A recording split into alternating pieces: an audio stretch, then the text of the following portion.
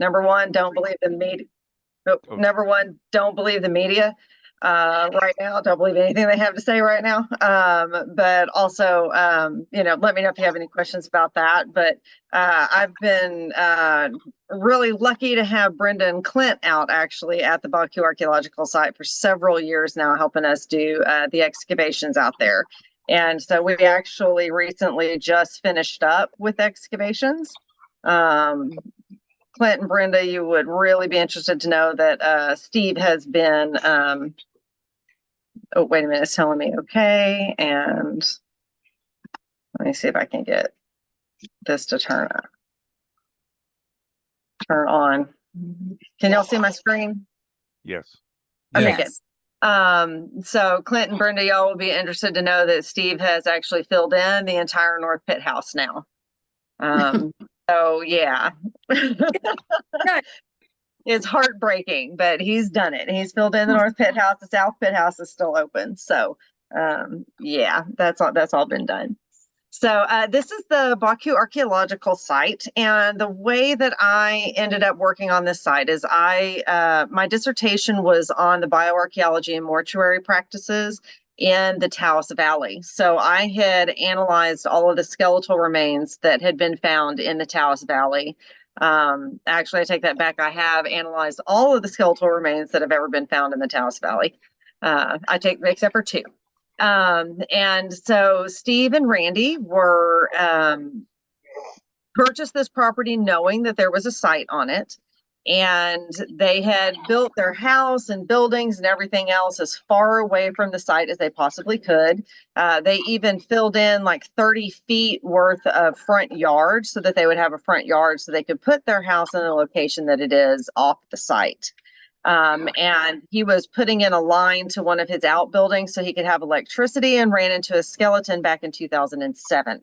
And that was the first time, I cannot believe it's been that long ago. That was the first time that I met Steve and I looked at those skeletal remains, and he had actually asked what it would cost for somebody to come out and mitigate the site so he could use his property. And they gave him a quote of $75,000, which, he couldn't afford.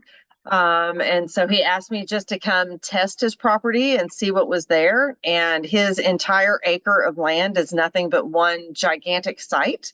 And so the Baahku Archaeological Site, when we find things, we actually just kind of yell Baahku, because this site has turned out to be extremely unique, not only within the Taos Valley, but it is extremely unique within the entire northern Rio Grande, because we are finding evidence of some cultural practices that are not found anywhere else in the northern Rio Grande at all, and some of them that are not found anywhere in the American Southwest that have been reported.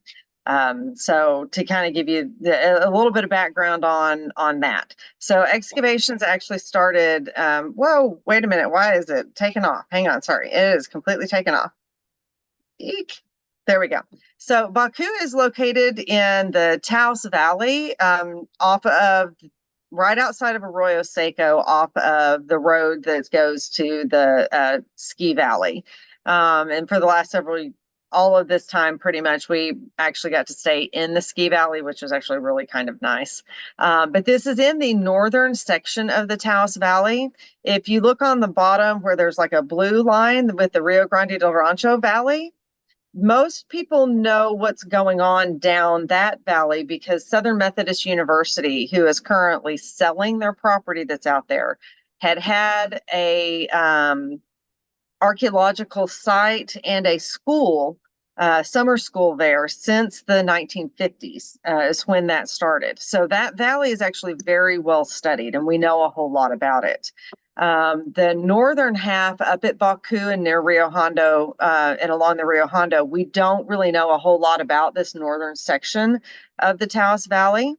The valley really wasn't inhabited until about 1050 AD, and then really was abandoned around 1350 AD, where the groups that were living in a place called Pot Creek Pueblo split into the Picaries tribes and the Taos tribes. And so those are the two tribes that we have that are still there in that area. So really, this is considered the frontier of the northern Rio Grande, which northern Rio Grande will include Albuquerque, Santa Fe, and Taos, and so it's all of that area in there.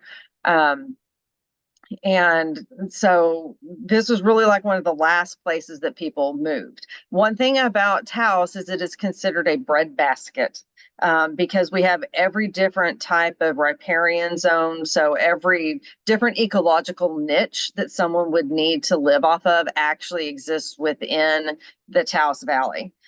So we have out at near the Cerro de los Taoses, I can't pronounce things, sorry, and the Tres Orejas is where animals would come through all the time and migrate through. So there was lots and lots of animals for them to hunt on the west side of the Rio Grande. But if they went up into the Ski Valley, went up into the Taos Valley, there's a huge lake at the top of Taos Mountain that is there that is still used by and is sacred to the Taos Pueblo. Lots of food, lots of different food items. So this is something that they never really were wanting for water, and they never really were low on food whenever they lived here in the Taos Valley, which is very different from most other places in the American Southwest. And so here you can see two maps. The map on your left, and you can see Baahku there in green. Those are all of the sites that we know of in the northern half of the valley. So that's basically north of downtown Taos. And so those are all the little red dots that we have there that are known. Most of these sites date between 1050 and 1200 AD. Maybe 1220 AD. And those are the latest that we have for the dates on those sites. Whereas if you look to your right, those sites over there are the ones that are along the Rio Grande del Rancho Valley. The very, very bottom section is where SMU is located. And these are all of the known archaeological sites that right now are pit houses and unit pueblos. So the only really there are only 3 known pueblos. If you think about what pueblos are, which are the ones that they're the apartment complexes, there are only 3 in the Taos Valley that are known. One is Pot Creek Pueblo, which dates to 1250 to 1320 AD. Then we have Cornfield Taos, which is one of the ancestral pueblos to modern Taos Pueblo, and then we have Taos Pueblo. So that's what we're looking at. So it's also not like a lot of the other areas of the American Southwest where you find lots of very large architecture with the big above ground structures. These structures that we're looking at generally consist of, that's just Baahku, consist of a single what's called a pit house, which is basically just a basement that they lived in. Generally, they were circular or subrectangular. And then they may have had one small house, above ground house unit associated with it. As they moved through time, they went from just the pit houses to farther. So here you're looking at the Baahku archaeological site, and the fence line there and the house with the blue roof. Wait a minute, they all have blue roofs. I'm so sorry. Can you see my pointer? Yes. Yes. Okay. So this is Steve and Randy's house. The ridge that this is set on, because most of your pit houses and dwellings actually were placed on what's called the first terrace. So that ridge actually ran through their yard, just like this along their yard. So you can see that all of this here where their house is located, they actually filled in for them to have a front yard. Now, they knew that the pit house existed here in the north, but ended up finding out that there is a pit house down in the south that no one ever knew existed. And this actually had been surveyed by a gentleman named Jeffrey Boyer, who was one of the archaeologists out in Taos, that was one of the original archaeologists out in Taos. And his dad was the original avocational archaeologist out in Taos. And so what we actually have at this site, we didn't get to explore too terribly much in this area, but the few units that we put in, there really was nothing. But what's very unique about this site too is not only do we have this pit house structure, but we have a room block that goes all the way around the pueblo, which is considered a unit pueblo, which we should not have this up on the northern side of the valley. And on your right here, you can see those are all of our excavation units, but that's from the last time we had a map built, so I need to get new maps built for that. But you can see all of the different excavation units that we have. We have the two middens that are associated with it.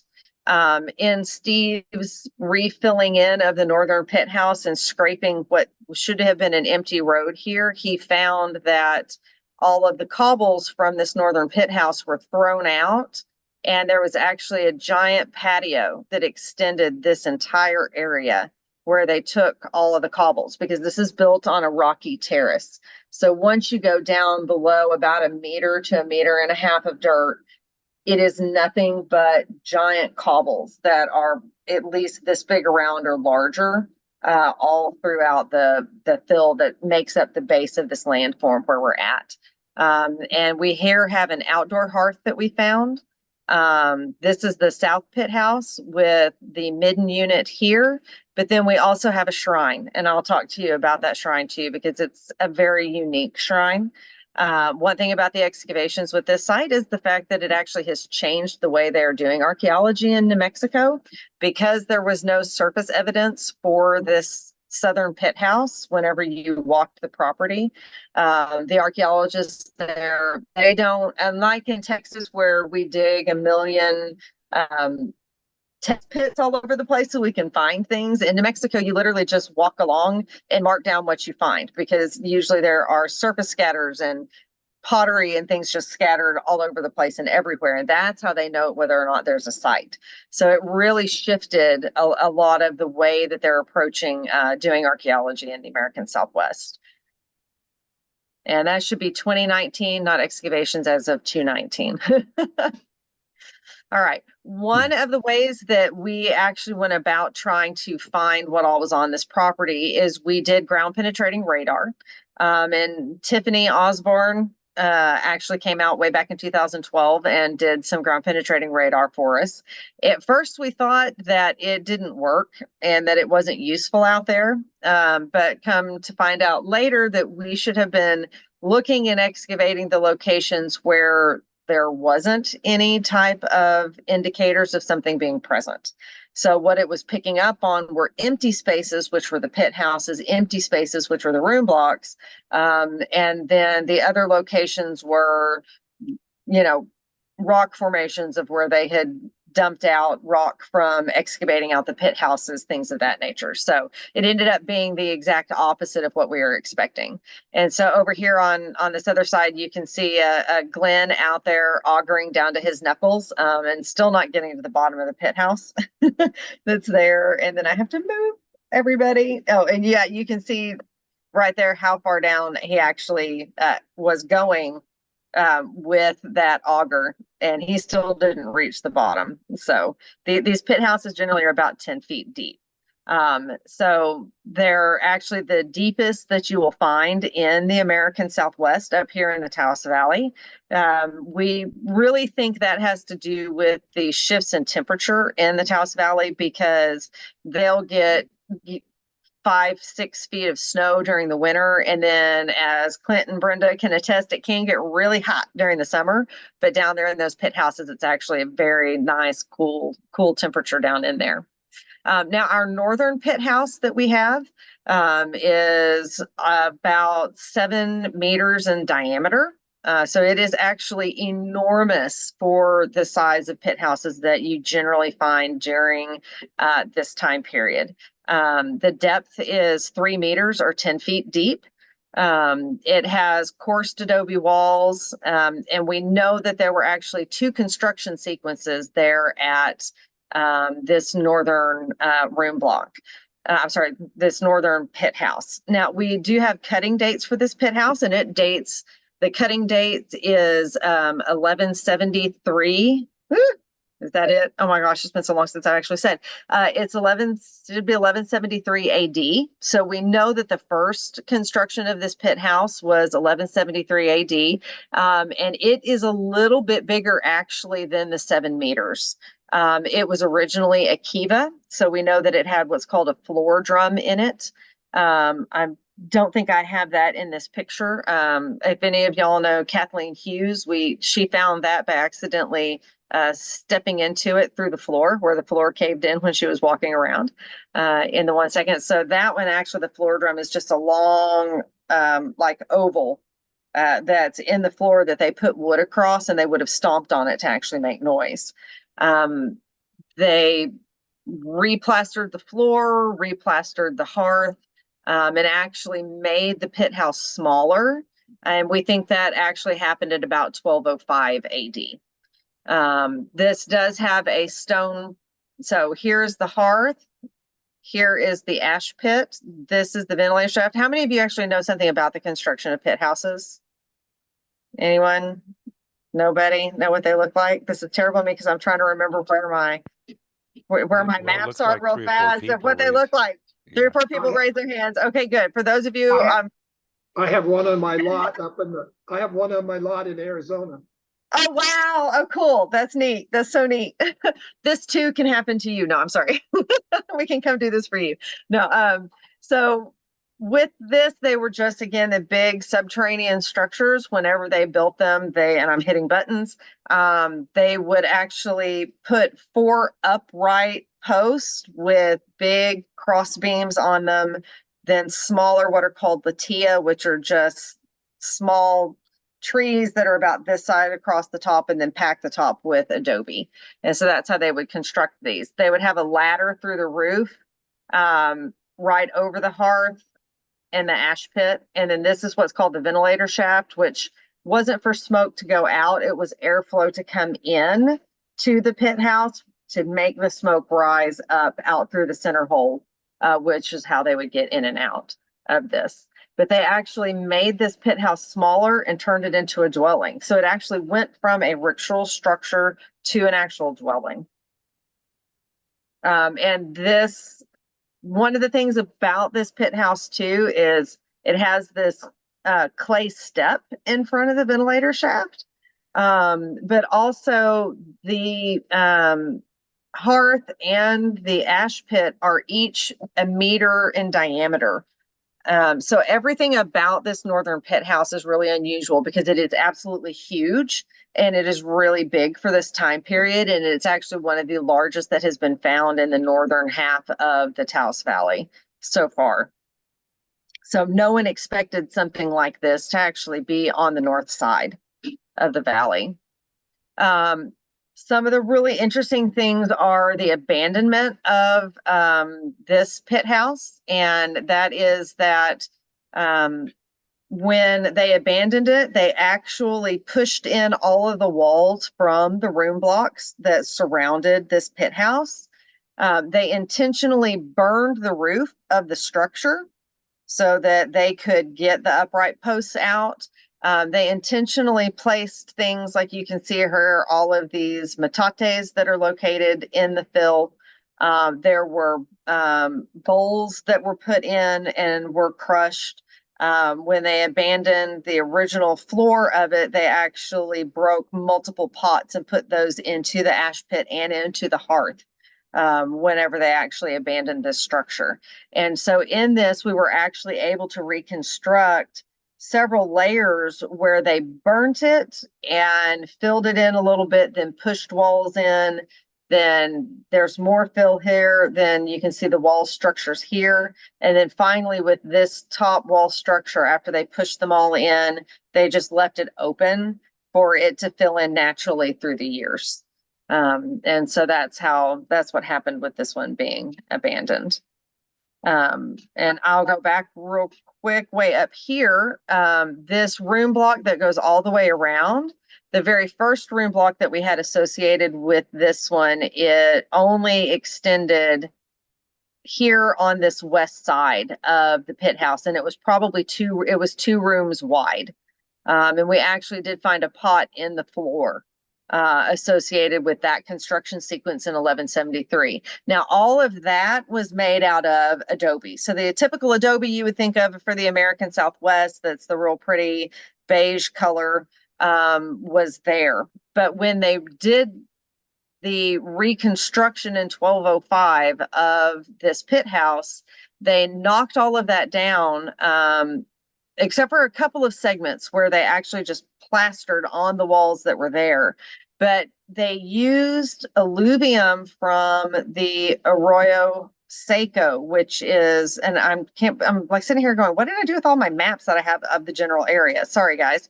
I'll send a whole bunch of stuff if anybody wants to see anything else. I can send several other things that I have, talks that I've given that has some of this other stuff in it.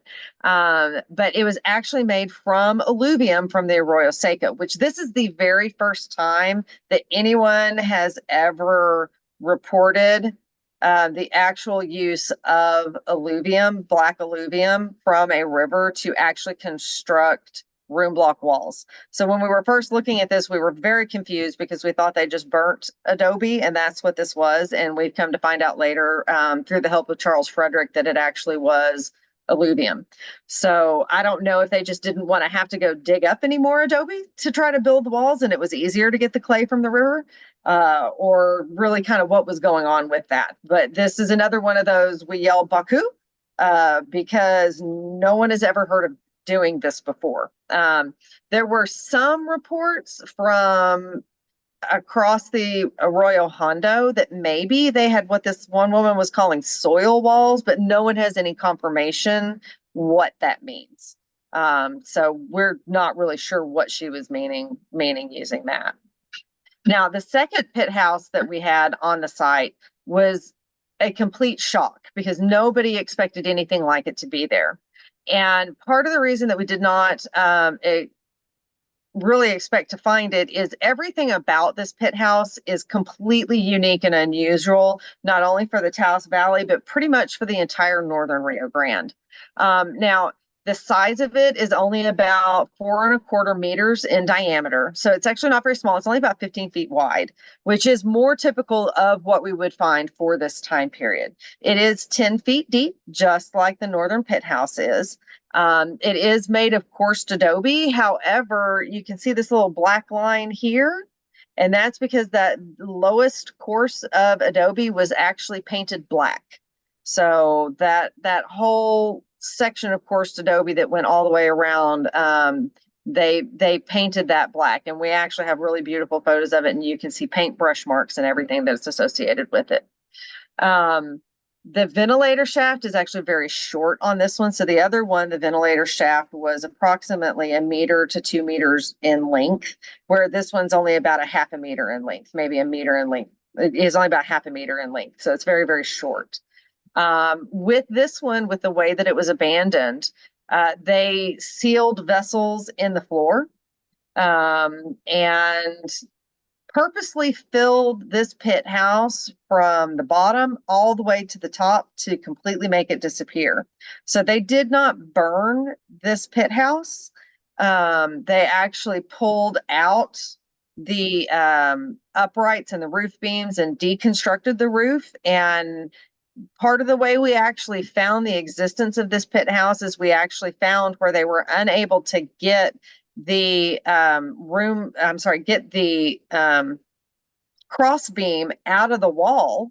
And so they actually just cut it off and left it in place because they could not actually get it out so they could take that roof beam with them. So that was how we actually kind of figured that out.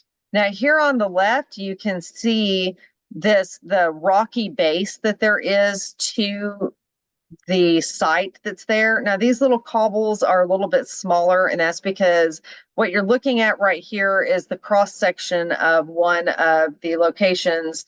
If you look where Chris is, we're actually looking right here where Chris is located for a pot that was in the floor right there.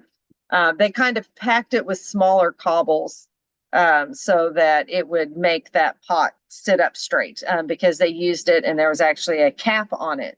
So they would use this as like a subterranean place to put all of their food and different materials and things and use it as storage jars. But this kind of goldish color layer here is natural sediment. Then what you see here is the first floor that was put in. And then you can see they actually have a second floor that was put in. And then you can see here where they did patching to the floor, kind of up here up top. But one of the things about this is more adobe, and this little layer here has a higher clay content that is consistent with what would be coming from the actual Arroyo Seco. So we're seeing them kind of using some of that material.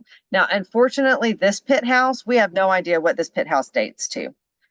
Because of the way that it was abandoned, we don't have all the burnt roof beams on the floor, all of the latia that were in the ventilator shaft that we so desperately hoped that we would pull out and be able to go get dated, all rotted away. And except for one little twig that is literally about this big around, which will not ever be able to give us any kind of a cutting date or a dendrochronology date.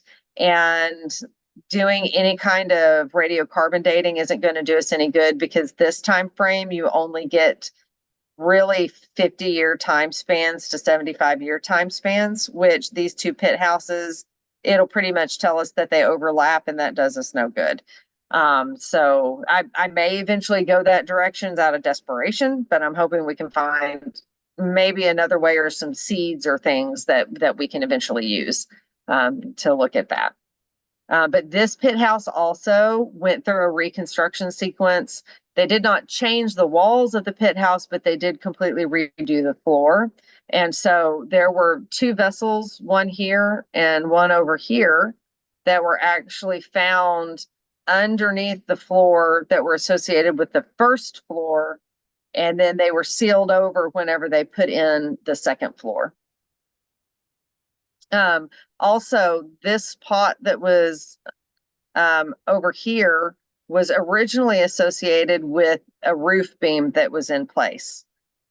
So those are kind of the weird things. This right here is our ash pit. I'm sorry, this is the hearth. This is the ash pit. The ventilator shaft is back here behind the little pad that's there. And we did have a SEPA poo associated with this one, which is just a little hole, which is where the ancestors were supposed to be able to come out from underneath the ground into the pit house during their ritual ceremonies. So that also does make this a religious location as well. And I know archaeologists love to say everything's religion and we've got religious locations, but we really do with both of these. So some of the weird things about the South Pit House construction is the fact that we have a jar that was set in the floor as the ash pit. And so you can see here, this is what it looked like before we actually took the jar out of the floor. You can see we had another jar over here. That cross section that I showed you is actually from this jar that's located over here. You're looking at the ventilator shaft, and when they abandoned it, they partially closed off that ventilator shaft when this was abandoned. But this ash pit in the jar, and you can see it up here in this corner, is an indented corrugated pot. Now, indented corrugated pots were very common in Chaco Canyon, but they were not common in the before Pot Creek Pueblo, so really before 1250 to 1300 in the Taos Valley. So when we first found this jar as an ash pit, we were so excited because I immediately thought, yay, we're going to be able to find out where these migrants came from, because we knew that this was unusual and really strange for a pit house, and no one had ever really seen a jar in an ash being used for an ash pit before, and yay, we'd be able to figure out who this is. And unfortunately, no, didn't tell us anything. We even took the pot and all of this to the Society for American Archaeology meetings back in 2019, and no one had ever heard of it. And come to find out, yes, there are actually 3 pit houses that have jars as ash pits. The only problem is we've got ours in the middle, one mile up the road to the north and one down the south for a mile along the same ridge. So we have either relatives or people that moved and use this same technique. So that's it. That's the only place in the American Southwest that has been reported that they're actually using a jar set in the floor for an ash pit. So again, Baahku, as we like to say, because it's very weird and unusual. And you can see we have another jar that we found actually here. Now the abandonment for Baahku, you can see just these lines going back and forth like this, going across. And so this is our cross section. This is looking to the west and this is looking to the north. The ventilator shaft is back in this area over here with my pointer. And so you can see where they actually came in and dumped piles of dirt. And so we knew that we could see like a yellow color and we could see a beige color and we can see like the dark brown color from that's of the Arroyo Seco. And I actually, my kids had been playing down at the Arroyo Seco and I said, hey, find me this dirt. And they went out and found it for me. And so we know that they actually walked back and forth to the Arroyo Seco off that first ridge so that they could pick up dirt and actually come back and fill this pit house. Now they first started filling the pit house, but after they had started filling it, I don't know if they killed a child or if the child died from an attack that came through. But there was an approximately, oh my goodness, here I am forgetting because we have multiple children that are there. I think I say she, I'm so sorry. That's because the landowner calls her a she. About 2 to 4 years old when this child died and had blunt force trauma, multiple blunt force trauma to the skull, broken legs, broken hips, broken scapula. So this child was beaten to death and was buried in the pit house on their stomach, looking out that half open ventilator shaft. And then a puppy was found over the hearth. They covered them with dirt, and then they went back to filling in the pit house. So the initial filling of the pit house is not associated with necessarily this child passing away, only because we have evidence that they were already filling it when they placed this child into the pit house. If it was associated in the reason for filling the pit house, then we would have found that child directly on the floor, and that child was not directly on the floor. Okay, so that north room block, again, it's a U-shaped room block. I already went into all this, so we'll kind of move on. But is there a question? Okay, never mind. All right, now the room block that is outside of that north pit house, like we were talking about, is made of alluvium. That second construction was made of alluvium. So you can see in this cross section here, they actually built this room block with a cobble base. This is the adobe structure that was first there that they raised and knocked down.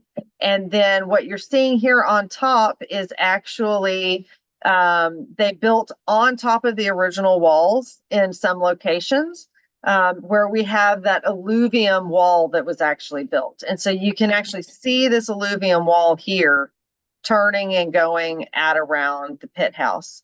Now, the rooms themselves were probably about 3 meters in length and about 1.5 meters in width. So they were actually very narrow and very small. And what you're seeing here with Jen Pricks is this here is actually the first room block wall that would have been associated with the pit house construction in 1173 AD. And so she's removing a pot that was actually in the floor. This was very difficult to figure out, you guys, because no one was expecting alluvium walls, and we were scraping and going crazy and looking all over the place and trying to figure out what was happening because it wasn't making any sense. We just kept finding all kinds of crazy stuff and black mess everywhere. From the melt, we kept thinking maybe they burned, but there was no pattern. And then we finally figured out, wait a minute, these walls are actually the black that we're looking for. So again, Baahku, like I said, no one's ever heard of this before. Here we go. So here are some pictures of some of the pit house structures that were found. Baahku is down here. These are the northernmost pit houses found in the Taos Valley up here in this area north of the Arroyo Hondo. And so you can see, you've got these subrectangular locations with surface structures that have got cobble bases. This other one here, they thought there was a bench. No one's really sure about that. With some room blocks. And then this other one here. So those are LA 9204, 9206, and 9200. All right. Another thing that's Baahku that's so weird, and this was actually found really at the very, very beginning of the project, and we never would have found it. We originally laid out the grid back in 2010, and I just looked at the landowners and said, where do you want me to start digging? I don't want to choose, just let me know. And so Randy, the wife, chose this location that was in their driveway. And lo and behold, I know it doesn't look a whole lot. It's a little confusing right now, but I mean, goodness, we did dig this a really long time ago. But it's actually a shrine, the first of its kind to be found. And so what you're looking at in here, and I know it's like really very kind of confusing from looking at this here, so I'm trying to move everybody so I can see what I'm talking about. So what's going on in this mess is that they actually dug a little hole in the ground about a half meter in depth. And with that, they placed a pot. Let's see, here we go. So now you can see where it is on the site. Sorry, this is a really old site map. The north pit house is up here. The outdoor hearth and patio is here. The south room block is right here, and the shrine is just right off the western edge of that southern room block. And so this is the actual shape here that you're seeing of the shrine where it was dug about a half meter down. So that green line is. Here in this location, there are actually 3 layers to it. So we have a base layer, we have a middle layer, and then they finished filling this in and they placed 3 monos on top. So this is in the middle layer, and this is one of the very first things that we found. And what you're looking at was a pot that they smashed, and then added a whole bunch of flakes associated with it and a bone awl. In these 2 locations at that same level, we found this pot that was actually missing this one piece here. And this is that piece that fits back to this pot that was cut in half, but it was found in a drop pile of artifacts over here in this location. And you can see kind of scattered throughout our little pieces of pottery and things. So this is kind of that. So the top layer only has 3 monos. Then we have this second layer, and this is what we're looking at, is kind of this second layer. And so that's what we have, was the pot that was there, and then all of this dropped pottery. But on the base layer, what we find is that they placed this vessel here down on the bottom. They actually broke it with this rock and placed a broken piece off to the side. So they actually like killed this vessel. So this piece here that got broken was off to the side. And you could see that they actually filled the dirt in around the pot to get it to sit up straight whenever they did this. Stuffed inside of this pot was tobacco, a metapodial that had been trimmed and cut to fit the width of this pot, and a chert core. And so what all of that represents, I have absolutely no idea. If anybody has any ideas, please let me know so that I kind of know what I'm looking at. And then they sealed that off. And then on that second layer where we found this broken pot, the broken pot over here, the cache of broken pottery pieces, was this vessel that you're looking at right here. And you can see it's on its side. I'm sure at some point it kind of got graded off or broken. just because this is the surface. So this is just how far down we're talking that all of this stuff was located. So up here on this northern side, with where they are, the wind just scours everything away. So really, we walked where they were walking. There isn't a lot of deposition that's there. Now, the thing that's weird about this pot too is the fact that this pot is unique to the Taos Valley. There is no other pot like this around. It was made in a basket, and then it's hard to see in here, but you can see right here a lip where they then left the bottom in that basket and constructed the top part on it.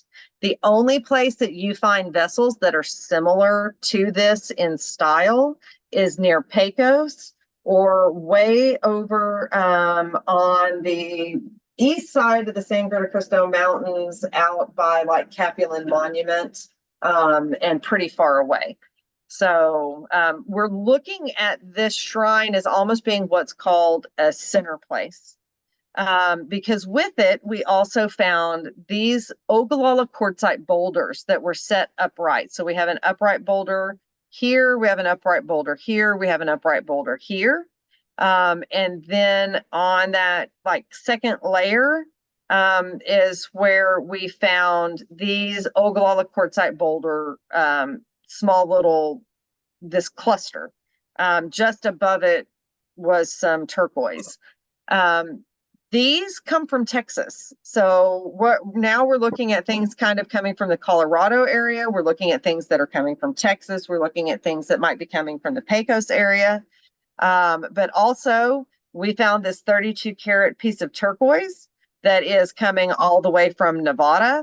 And underneath a piece of flagstone, we found this turquoise pendant, which is also coming from Nevada. So what we're looking at with this shrine, number one, no one's ever found anything like it, Baahku. And we're finding it to be almost the center place. So as what they're doing is they're taking and recreating the center of their world by bringing in all of these different items and placing them into this shrine and then completely filling this shrine in, just like they filled in the pit house that is right next door. Another kind of fun thing about this turquoise, the Royston turquoise, in particular this pendant, is that the only place in the American Southwest where they actually work that specific type of turquoise is at Chaco Canyon. And that's it. That is the only place that they actually work that kind of turquoise is at Chaco Canyon. So we are getting keys that are at least sending us to Chaco Canyon with what we're finding here. And so here you can see all the different things that were found in it, including Chenopodia, yucca, a little bit of corn, some things like that. And here we go with the non-local artifact sources. You can see we have the Royston mine and the Caraco Lake mine, which are the two places where we found where those pieces of turquoise are from. And then, of course, the Ogallala quartzite sources that are coming from the Texas area. And this is just talking about like our mundane and sacred artifacts that we have between the tobacco and the turquoise and the Ogallala quartzite. Where there's a lot of andesite at the site, but that is local to the Taos Valley. You just go over to the gorge and you grab some. And so those are some of the different things that we actually have there, showing that they are bringing a lot of exotic materials into this area. But the thing is, this is all associated with the South Pit House only. With it, and part of the reason we think that they are actually located in this space, and please tell me if I'm talking too long. They are located in this space is because there are two springs. You can see Baahku's here in red, and then we have two springs that are located here. These are the only springs, except for one that is on Taos Pueblo land, that exist in the Taos Valley outside of the gorge, is right here at Baahku. And so that's one of the things that we're thinking why we're finding these really unusual ritual structures here at Baahku is because it's associated with this permanent place of water.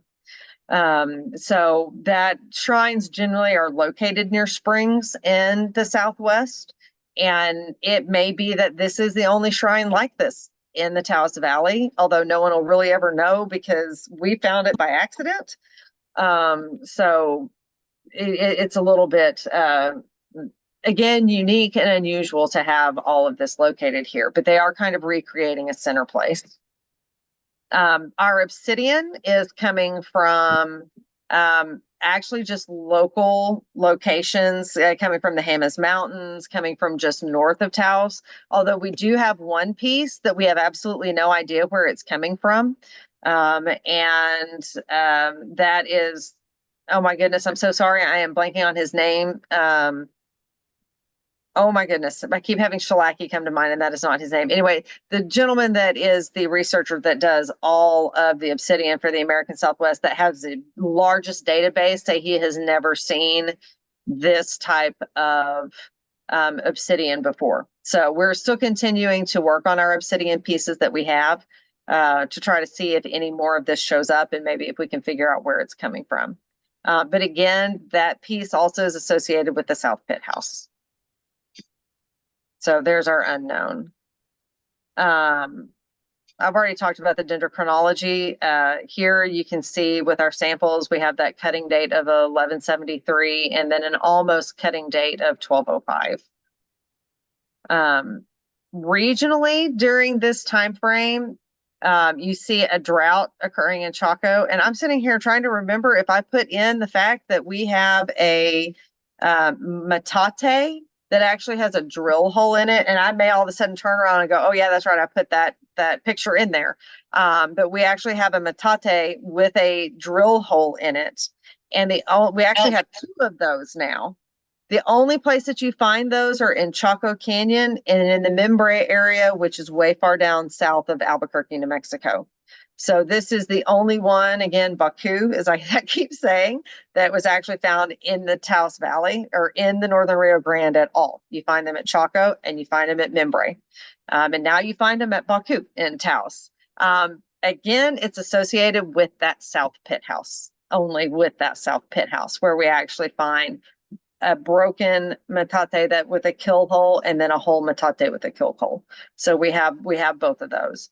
So with that, I'm really looking at the fact that what we may actually see are some of the very first inhabitants that moved into the Taos Valley right there at Baahku. And it is likely that they actually were moving in from Chaco Canyon. It would not be surprising that that location predates the North Pit House, which dates to 1173, which would probably put this one being occupied around 1100, is kind of an estimate that I'm getting right now. And that is very much associated with this huge drought that we're seeing happening with Chaco between 1120 and 1150. And so what I really think is happening is that we have those individuals moving out of Chaco, and not everybody moved north. I think we actually had lots of people that moved straight to the east and moved into the Taos Valley. And that's who we're actually looking at as living here at that South Pit House that we're seeing. And the pottery is consistent. The ash pit pottery is also very consistent with what you would find over in Chaco Canyon. So that's one of the things that we're looking at, is more than likely, maybe that's what we have, which this is, as we continue to work on it, could be the very first hard evidence of individuals from Chaco Canyon moving straight into the Taos Valley. And I'm keeping my fingers crossed we can actually shore up all of that evidence that we have. This is just an example. There it is. There's that picture of some of kind of the unusual finds that we have. And one of them is this piece of shell that I still need to get someone to tell me exactly where this shell is coming from. But I do know that in the valley, they've found shell before, and a lot of it's actually coming from California. We have this polka dot pottery that is definitely not from the Taos Valley. There is no polka dot pottery anywhere else in the Taos Valley.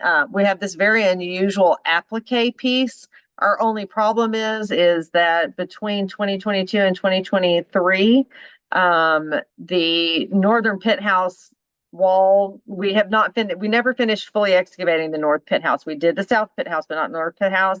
And we had about 1.5 meters of wall 10 feet deep collapse. And this came from somewhere in that pile. So unfortunately, we don't know a whole lot about that. This is our killed metate that we have, which is, again, that's that very unique killed metate. And let me move this so I can see what's on this side. Oh, yes. And in the ventilator shaft of the south pit house, again, remember we did find that one young child that died horrendously. That we, and by the way, with all of that, I have all of the permits, and we speak with the Taos and Piccaries tribes, and Taos has been aware of the fact that we have excavated remains, and they have actually participated with us in consultation and things of that nature with that. So I have all the permits and everything. So in case anybody was wondering, we hold all the permits for actually doing any excavations and things like that, and did do all the consultations. And so Taos is aware of everything that we do at this site. So does Piccaries. But when we investigated the southern ventilator shaft, we actually found this bird bone, which is actually the long bone from a bird that is broken and healed. And we are in the process of trying to figure out whether or not that actually might be macaw, because it is consistent in size with macaw. And generally, bird bones like that have been broken and healed generally come from macaw. Macaws are known to have been beaten on a regular basis in Chaco Canyon. If anybody has had a macaw, they'll know that they're very loud. They scream very loudly, and they scream 5 times a day. So, you know, there are questions as whether or not the behavior of the birds has to do with the fact that most of those birds have quite a few broken bones. And so we are trying to investigate whether or not what we're looking at here is actually associated with the macaw. And if that is associated with the macaw, that will be adding one more layer, not only of just really unusual, unique things going on in the Taos Valley that'll take that connection straight back to Chaco even greater, but also really shore this up as a very unique ritual site. But it would also be the first macaw found outside of Chaco Canyon, and definitely none in the northern Rio Grande. And it is not turkey. We have found turkey all over the place that is not turkey. And here are just some examples of our vessels that we found. The center one is the one that was in the ash pit. This one in the south pit house, the one to your right, was found broken. And you can see some of the burn marks that was in the hearth of the north pit house. And then this is one of the vessels that was found just in the floor of that south pit house. And so you can see this is just a Taos gray vessel. And you can see the unique markings and decorations that they did on those. And I've already kind of talked about Baahku and founding a village home, the springs, that kind of stuff. And that's what I have for you guys. All the rest of this is just, this is what it looks like when we open it. The craziness that goes in with trying to get these things opened, and our 1,000-pound roofs that we have, and opening the site. And you can see the collapse and problems that we've had at the site. Just maintaining everything at the site for 14 years, people working in the lab, battling the elements and 900-mile-an-hour straight winds, and then trying to close the site up. So this is just a thanks to everybody who has participated. Steve and Randy Thorne have got to be some of the best landowners I have ever worked with. They patiently dealt with us having giant holes in their backyard for 14 years and maintain the site. So they're very happy to have their backyard back now. And we're happy to have given it back to them. And so this is what we have. And we're just in the process of doing analysis on all the artifacts and trying to hopefully start getting this written up pretty soon.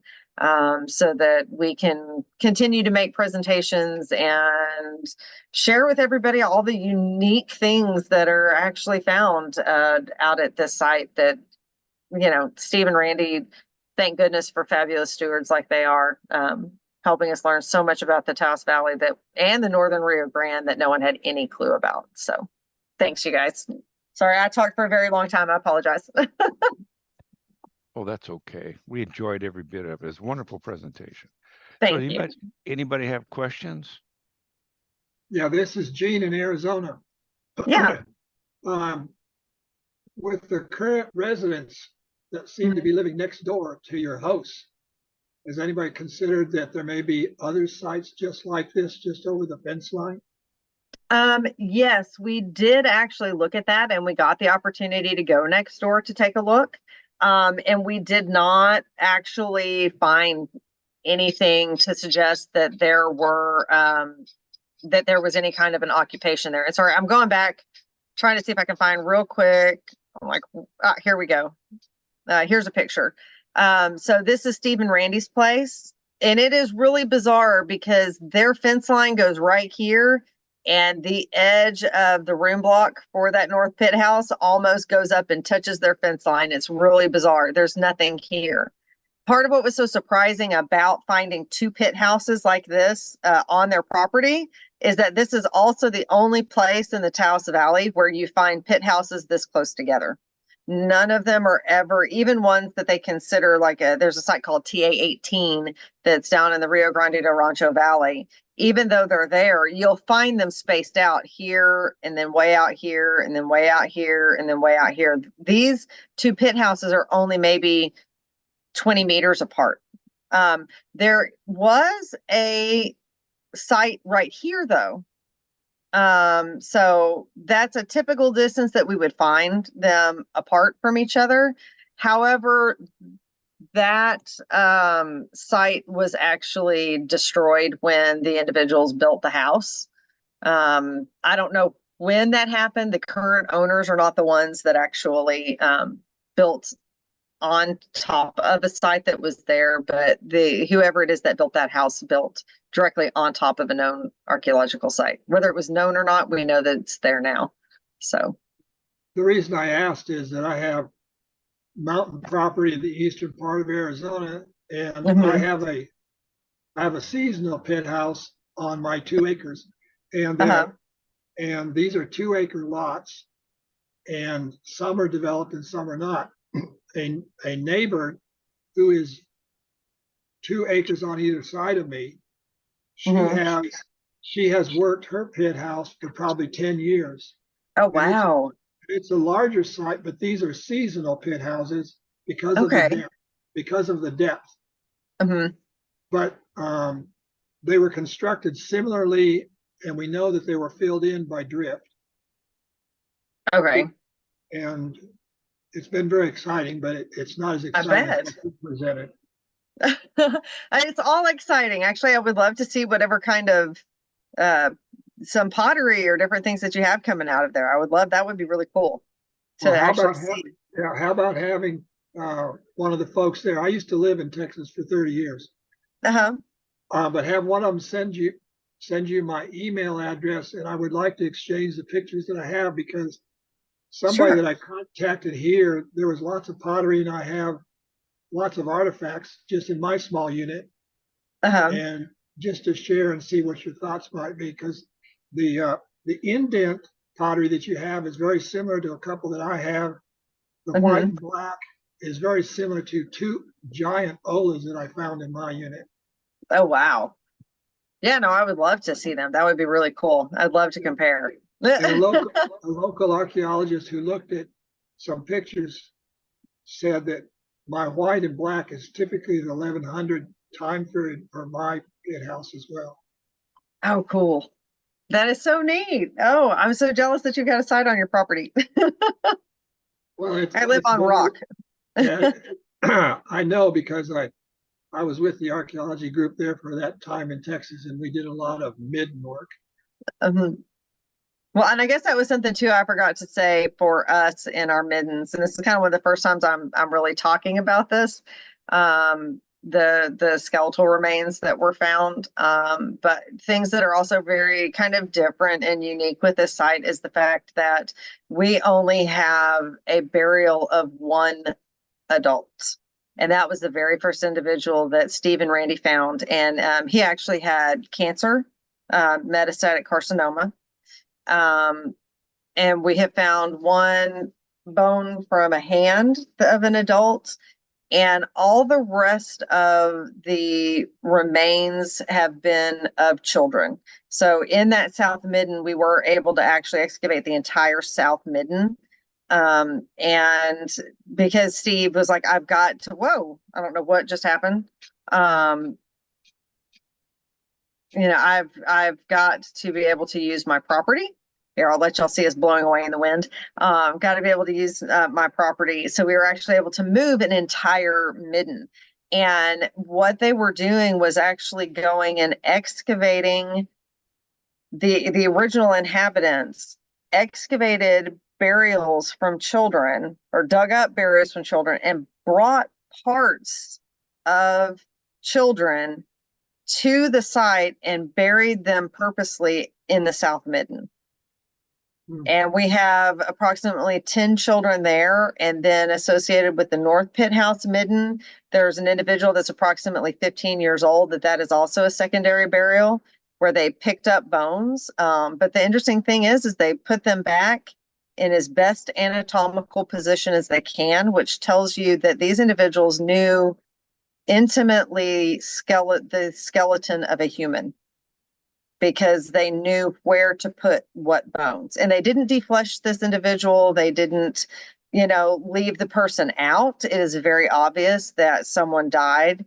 They were buried, they completely decomposed, and then these individuals went in and removed the remains and moved them over to Baahku.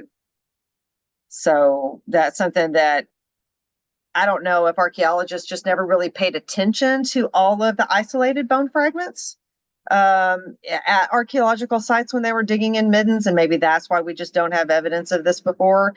But again, Baahku, I don't know. It's really strange. But no one's ever, I have not heard, and I do bioarchaeology. This is what I do. So my specialty is in human remains. That's another reason we did the excavations with that, is because that is what I am completely qualified to do. Not only excavations, regular excavations, but that one specific part of it. And none of my colleagues have heard of anything like this in the Southwest. So the bizarreness. This is Jeannie again. I had another question. Sure. Only it's about your bioarchaeology. In Sure. looking at the remains in the Taos Valley, did your permits or consultation with the Taos Pueblos give you permission to do any DNA sampling? No. The only thing that I have been allowed to do is to remove the remains, and we'll just be relocating them to another part of Steve's property, Steve and Randy's property. So you can see Steve over there on the left, Steve and Randy's property, and just to do the basic analysis of the remains. We have not since gone back to try to request permission to do any kind of DNA analysis.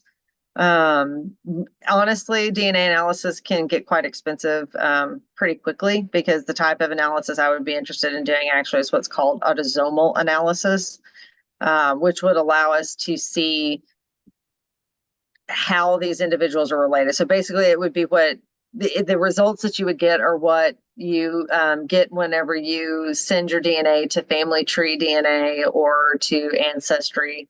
And you get those kind of relationships, so that it would be neat if we could, because that would not only tell us how all these individuals were related, but it could maybe even give us a time depth on relationships, so that if we see that we have, grandparent, second, third cousins or whatnot, it would help us really be able to look at some of those kinds of information. But we have not gone back to ask permission for that. And that's a decision for Steve and Randy, if that's a question that they ever want to ask, because they're the ones that have repercussions on living in the Taos Valley. And they're also very good friends with a lot of tribal members, because Randy used to teach on the Pueblo. So there are a lot of implications for them for asking for that kind of stuff.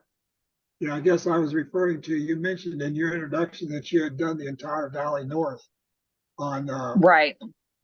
the remains there, and I've been doing DNA work for the last 10 years locally, but I Really? did know that in Arizona, because of some problems with the university here and the Supai tribe, that most of the tribes have just locked the door and will not do anything in that Yep. area at all. Yep. There's only one tribe that I know of right now that's allowing it, and that's the Wichita. And they have a new project right now where they are actually allowing DNA analysis to occur.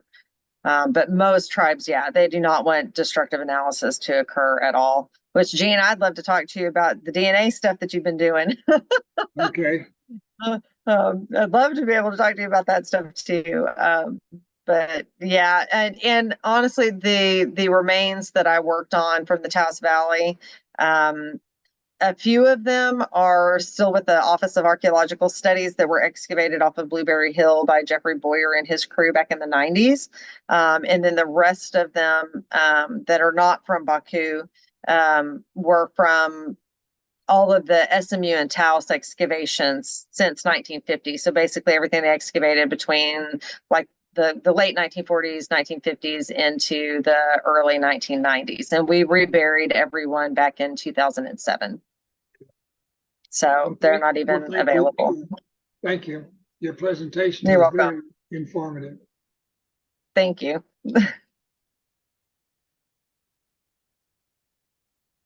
Well, any more questions?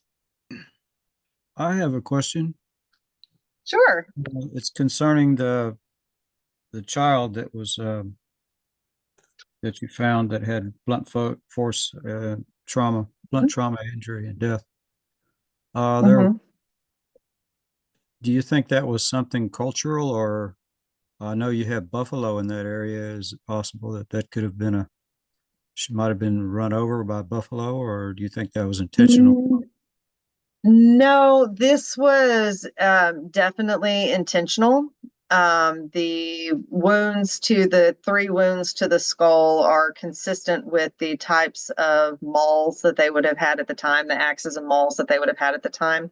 I actually analyzed several individuals for my dissertation that came from the SMU excavations that actually had blunt force trauma from some of the same types of weapons. And so it was very consistent with that. But I mean, part of the problem is we'll never know who did it. So I can't necessarily I don't want to like jump the shark and immediately run to these, and this child was killed ritually, or I'll never know if that's the case, or if there was a raid and during raiding somebody killed the child and the child ended up buried in the location. So unfortunately, that's something that we'll never be able to tell. I just know that child was killed. I'm in Narragansett country up here, Narragansett tribe, and I have read that the children here in their tribes, if they didn't make it to they wouldn't even name a child until it was 4 years old. And they actually had an area where they would take the children that they were rejecting or discarding and, just left them there. I don't think a lot of them were not even buried. Oh, wow. So, yeah, but it's that concept of not being people yet, which I know is hard for the rest of us, not to think of children as being people yet. But I know that that was a concept, and it's still kind of a concept now with a lot of tribes, that you're really not a person until you're 5. Okay. Um, So, I have found, can you see this? mm, sort of. This is a deer antler bead. Oh, wow. I have found 5 deer antler beads now, and my neighbor across the street, another one. These are all drilled, Oh, wow. and they're not the same length of, they're similar in length, Uh-huh. but they're definitely deer antler beads. And I was wondering if you could Mhm. tell me anything about those or how they drilled them. Unfortunately, I can't. That's usually when I find them and I mark them and I know what they are, and then I go hand them off to somebody who specializes with animal remains. But I could probably put you in touch with some people that would know what those are. Okay. So Dr. Alan Skinner, in his office, they have some folks that specialize in animal remains and things of that nature that they might be able to give you some more insight to it. Okay. This is a So, conch shell bead. ooh. It's made, the tribes further south use these for barter up here. The conch shells are common up here in Rhode Island waters as well. So where my home is here, must have been a village right here. And Wow. I have screened out some of these. One of them I found down in my cellar. I just kicked some dirt in there. Oh my goodness. Um, so I'm sure there was a little village here. The Narragansetts would come inland Hmm. during the winter, and then they would live close, right on the edge of the Narragansett Bay during the summer for fishing. So this was probably a winter site for them. That There's is so neat. there's water here, and um, it's a pretty cool site. I haven't actually done any digging in areas where I think they might have actually had uh, huts, Hmm. but I have some suspected areas. And gosh, I wish I could get some help up here digging. You say that, and we have a whole bunch of people that might be willing to head out. You can see, you've seen all the folks that are out there. This has been, a complete avocational project that we did with 100% support from the state of New Mexico. As far as not monetary support, that would have been nice, but just backing on it, because they said that we had the finest volunteer archaeological site that they had ever seen. So we had lots of compliments from everybody, and this would be, of course, all of you Texas archaeologists is what it is. So I don't know, you might say that and all of a sudden we're going to have Clint and Brenda and everybody making recommendations to go to Rhode Island. Yeah, a good place to come in the summertime when it gets too hot down there. You can come up here and cool off. Got another place to go cool off. Yeah. Yeah. I don't know, keep that in the back of your mind for a bit. Let us get finished with this one first. Or if you find somebody else to lead it, I'll come help. Okay, cool. Thank you. You're welcome. Any other questions?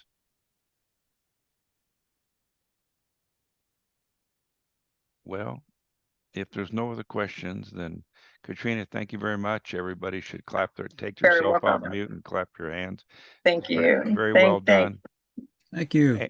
And Thank you. as a society, we normally send something to you in the mail. No, don't worry about it. Don't worry about it. Well, Don't worry about it. No, no, but it's just a joy to get to actually have people that want to listen to me talk and talk about all the research. It's just enjoyable. okay.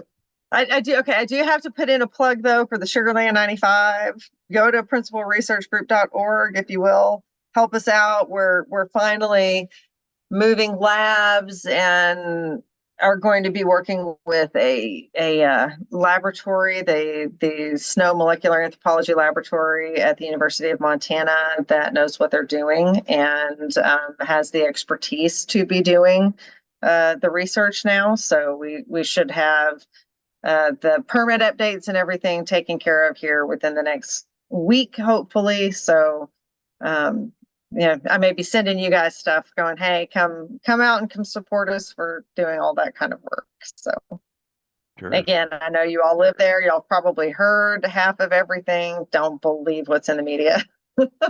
and go to listen to a podcast called Black Sugar Not So Sweet by Sojus. So if y'all are interested in the Sugarland 95, go listen to that podcast. Not the other podcast, that podcast, Black Sugar, Not So Sweet. That's the one that's got the truth of what's happening. Write that down. Everybody write that down.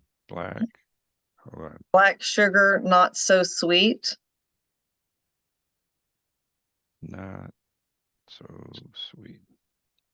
And it's by a group called Sojus, Sojes, which is the Society of Justice and Equality for the People of Sugarland.